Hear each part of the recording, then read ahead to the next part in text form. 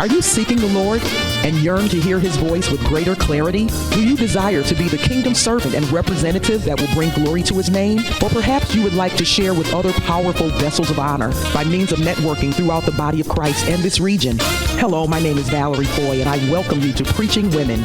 I serve as an associate pastor of Greater Apostolic House of Prayer in the great city of Buffalo, New York, under the phenomenal leadership of Bishop Dr. Jacqueline Foye. And I am absolutely elated to have you join me today. This program is targeted and designed to help fellow female clergy fulfill their kingdom assignment in the Lord's church through the powerful gospel of Jesus Christ.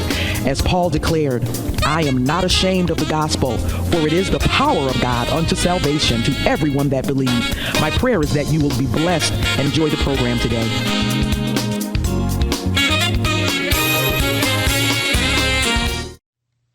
Welcome to another segment of Preaching Women. This is the program that is designed to target our female clergy, and I'm so excited today to bring to you what I consider strategic ministry. I always want to introduce our listeners to something that may be out of your norm, out of your bag, and it gives me great honor and pleasure today to introduce to some, to present to many others, Reverend Sharita Anderson Bailey, who is a native of Buffalo, New York. She serves at the Tabernacle of Orchard Park. This young woman, because I've known her for a little time, we are not best friends by any means, but I have watched her life. I have watched God groom her, and she just brings such diversity to ministry. She currently serves the community as a lead relationship coach and family wellness coach with her program, the Relationship Decoder. This young woman, I'm going to stop talking so that I can introduce her to you and let her share. Rita, welcome to Preaching Women. Thank you. Thank you so much. It's a pleasure to be here. Absolutely excited. I'm going to try to calm down. As you know, I told you I have this thing. So maybe you can help me. I'll come see you and you can help me with my extreme exuberance for when I get in the company of great people. And that's what I consider you. Why don't you tell us a little bit about how you started in ministry and maybe how God change things and shape things to be where you are currently or where you serve in ministry? Okay, so believe it or not, I started in ministry at a very small church. And in that church, I got a chance to be licensed and ordained.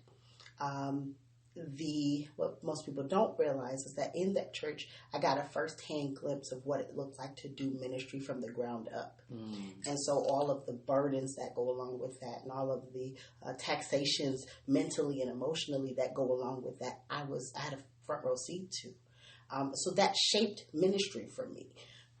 Most people don't realize this as well. I'm also a daughter of two ministers. So my father, before he passed away, he was an elder. My mother currently serves as an associate pastor, but she's been in ministry in some way, shape, or form my entire life. Right. And so I got not only a front row seat in being raised, but also in my experience in leadership, in a leadership capacity.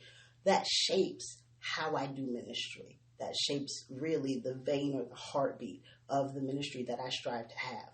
That right. being said, I am attending the Tabernacle in Orchard Park, and I consider it to be a rest season. So I'm not actively preaching, anything like that, and I'm kind of glad. Right. I'm kind of glad because I'm aware of compassion, burnout, and I'm aware of things that could kind of interrupt the flow of God, if that makes sense. Sure. Emotionally, mentally, I wanted to be prepared, but also wanted to be restored. So there's a difference, coming out of a small setting and into a very large setting.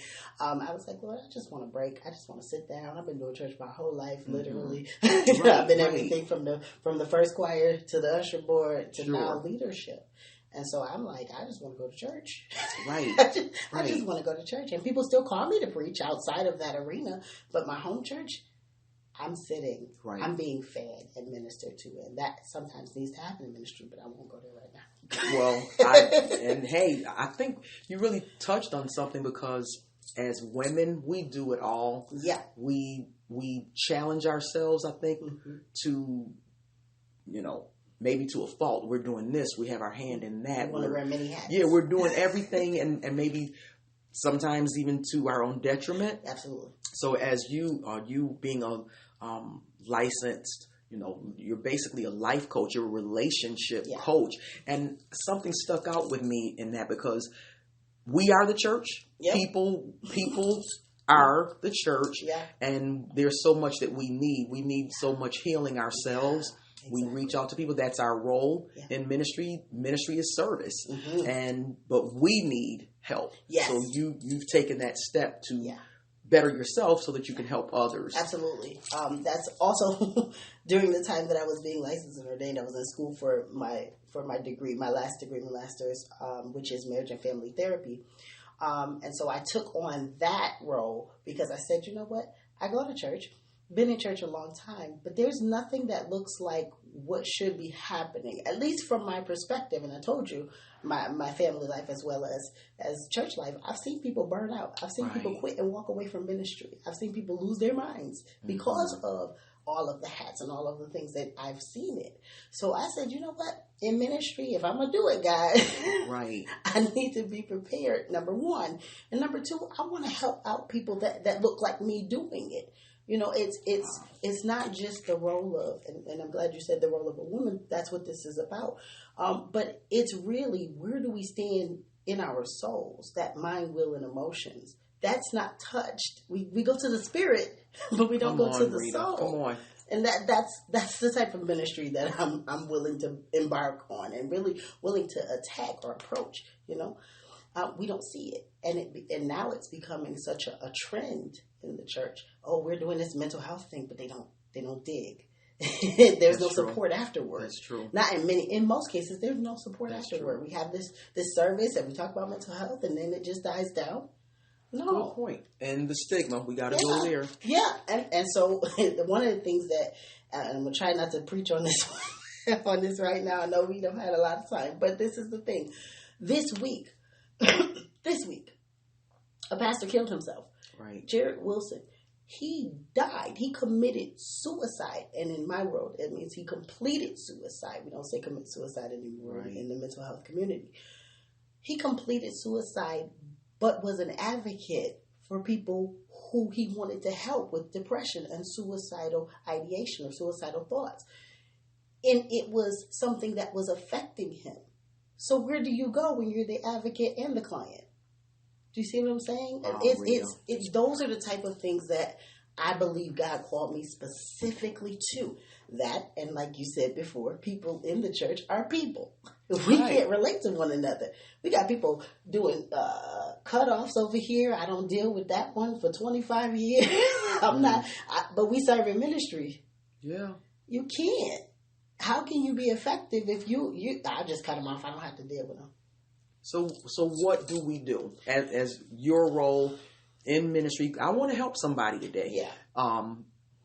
As a leader, your clinical background, what do we do to help not just women? The show is preaching women, and it's geared toward women, but I have men that listen to this program. Absolutely. So what do we do to help the leader, the layperson, with these issues when they are seeing their television shows? This man, I didn't really know him myself. Sorry, y'all, but I didn't know him. I didn't even know who he was. I heard about it. So this is a big person. This is a big, iconic type individual. Absolutely. What do we do? How do we help these people? So here's the thing, and you talked about stigma before. A lot of people carry this, I can't have faith and have a therapist. How do I reconcile the fact that I believe God can do anything and I need a therapist? Okay. So we have to go there first. Increase awareness. So you wouldn't go to your doctor and say, I don't need the medicine. I don't need the help. I just came here just to look at you. Yeah. It's physical. Now, so this is on the mental. What do we do about it? We create the conversation. Okay. That's the first thing we need to do. We need to remove the stigma by having this conversation openly. Right. Because a stigma is quote unquote, it's something that is a deep belief. Okay. Yeah. But it's based on messages. So in the church we've created, and I don't mean just you and I, but the church overall for decades has created, there is no other answer. You can't go to the doctor. At a certain point, it wasn't even physically. You cannot go to the doctor. You don't need anything but Jesus. Just pray about it and it'll be fixed. Mm-hmm. But that's not quite the way God would have it, because even Jesus walked with 12. Mm-hmm. That was counsel. That was a shoulder to cry on. That was, even he walked with someone. Right. So that's the second part. The second part of the answer is telling someone. We have to be comfortable with not being okay. Right. And in leadership, we have a God complex. I'm going to go there and say it. Okay. It's out there. She said it. We have a God complex. Can't anything be wrong with me because I'm supposed to be leading you? And if I look like I'm broken, then you won't believe me or you won't pay me. Well. So it's that. You know, we have to remove that. Part of the reason why I do ministry, and I'm very transparent, some people come to me and say, maybe you shouldn't say that. Maybe you shouldn't. Why? Mm-hmm. Why? I'm trying to get somebody free. I don't have anything to hide. Mm-hmm. Why? You know, even Jesus showed his wounds. Mm-hmm. This is where we really have to go. So we're dealing with stigma by having open conversations about it.